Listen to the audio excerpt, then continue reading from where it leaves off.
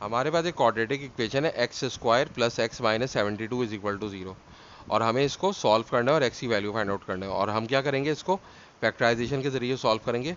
और फैक्टराइजेशन में जो हम मेथड यूज़ करेंगे उसे हम मिडिल टर्म ब्रेक कहते हैं। तो देखिए, हम मिडिल टर्म ब्रेक का मेथड क्या होता है कि एक्स स्क्वायर का कोफिशिएंट हम देखते हैं क्या है। एक्स स्क्वायर का कोफिशिएंट यहाँ पे कुछ नहीं है, तो मतलब 1 है। तो सबसे पहले तो हमने ये 1 लिख लिया ब्रैकेट में। फिर लास्ट में जो हमारे पास टर्म है, यानी कि विदाउट एक्स जो टर्म है, -72 है। अब 1 और -72 को मल्टीप्लाई करेंगे तो -72 आएगा। अब देखें, हमें क्या करना है, दो ऐसे नंबर सोचना है जिनको ऐड या सब्ट्रैक्ट करने से क्या है, एक्स आए, 1 आए हमारे पास, यानी कि ये जो मिडिल टर्म है इसका कोफिशिएंट।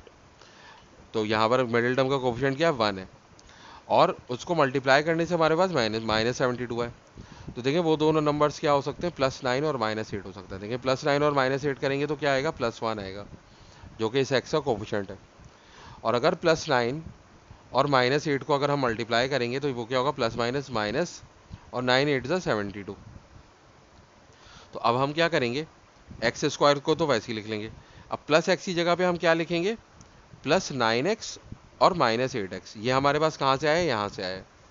और अगर हम +9x और -8x को सिंप्लीफाई करेंगे तो हमारे पास क्या आ जाएगा, +x आ जाएगा। फिर क्या है हमारे पास, -72 इज इक्वल टू 0। अब देखें, यहाँ पे हमारे पास इन दोनों टर्म्स के अंदर x कॉमन है, तो हमने x कॉमन ले लिया। और कॉमन लेने का क्या मतलब है कि हम डिवाइड कर रहे हैं। तो एक्स स्क्वायर और एक्स को डिवाइड करेंगे तो एक्स बचेगा, और 9x और एक्स को डिवाइड करेंगे तो हमारे पास क्या बचेगा, 9 बच जाएगा। इसी तरह -8, हम जो है इन दोनों टर्म्स में से -8 कॉमन ले लेंगे, क्योंकि -8 दोनों को डिवाइड कर रहा है। कैसे कर रहा है, ये देखें, -8x को -8 से डिवाइड करेंगे तो x बचेगा, और -72 को -8 से डिवाइड करेंगे तो +9 बचेगा। अब देखें, हमारे पास कॉमन फैक्टर आ रहा है x+9, तो हमने दोबारा से x+9 कॉमन ले लिया। तो अब हम जो चीज़ कॉमन लेते हैं तो वो असल में क्या होता है, डिवाइडर होता है। तो x टाइम्स x+9, ये जो पूरी चीज़ है, अगर इसको x+9 से कैंसिल कर दें तो हमारे पास क्या बचेगा, x बचेगा।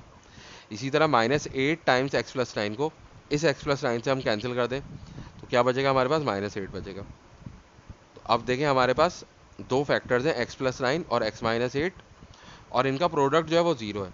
तो क्या होगा, या तो x+9 इज इक्वल टू 0 होगा, या फिर x-8 इज इक्वल टू 0 होगा, क्योंकि दो चीज़ों का प्रोडक्ट उसी वक्त 0 होता है जब उनमें से कोई एक जो है वो 0 हो।